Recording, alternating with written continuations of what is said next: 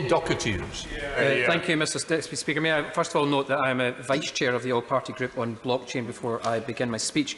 Mr Deputy Speaker, a time of great change politically, economically and socially, we should be mindful of the technological change that is playing part in these momentous days. From the challenges posed to liberal democracy through the industry of fake news mentioned by the member for Gedling to the unbridled and unregulated sphere of social media, the economy of today no way reflects the economy of yesterday. It is indeed an economy about to be further brutalised by a government wedded to the worst types of mercantilism. It is a world in which we must challenge this vision, this economic vision, with a simple word: trust. How, therefore, is it possible in the 21st century for the Government of the UK to fail the simple fact that trustworthy economies are more stable, have more positive economic and social outcomes for their citizens? And what, Mr Deputy Speaker, is trustworthy of a government which places one part of the Union at a competitive advantage to the rest of the Union? How is it possible that the government has thrown the DUP under the Brexit bus and also seeks to remove Scotland from the largest Liberal Democratic single market and customs union in the world? Simply, it's a government that cannot be trusted with Scotland's economy. It would be easy, Mr Deputy Speaker, to list the failures of the government, but I'm sure that that litany of despair requires a debate of its own. Rather, I would turn to some of the innovative and dynamic opportunities available to those nations to participate in a trustworthy fashion.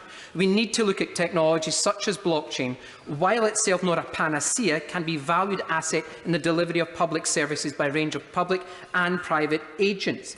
In this technology, which according to the recently published European Commission report, Blockchain Now and Tomorrow, it has the ability to assist in delivering transparency, democracy, security and increased trust across a range of fields from medicine, asset transaction, finance, education, the energy sector and, critically, in the resilience of the economic infrastructure.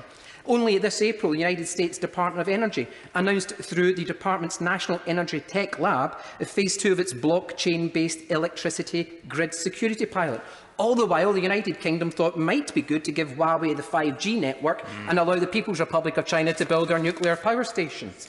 The last thing, Mr Speaker, that Scotland needs at this critical point is a removal from its largest coherent customs union and single market. So let's look at its closest allies and EU partners to see how we combat this narrative. That partner is no more than Estonia, a nation of 1.5 million, with a rather large domineering neighbour in a state of flux. A nation whose only contact with the outside world at the collapse of the Soviet Union was a single secret mobile phone held by the then Prime Minister.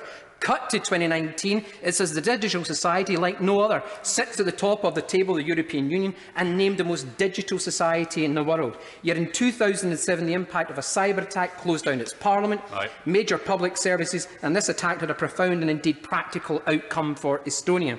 And even before Satoshi, who most people in this room will never have heard of, released their blockchain paper, where they were ahead of the game in Estonia. They called it hash-linked time stamping.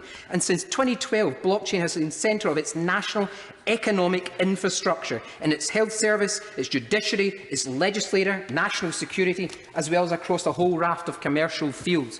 But let me finish, Mr Speaker, by saying I'm heartened that at least the Scottish Government, even with its limited powers, is pushing ahead. We can only need to read the Scottish Government's distributed ledger technologies in public service document to see that blockchain represents a new opportunity for the creation of a natively digital public services, building on a substantial policy framework of the Christie Report on public service reform.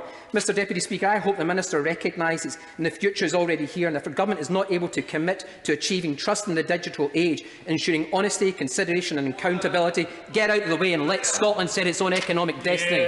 Thank you very much.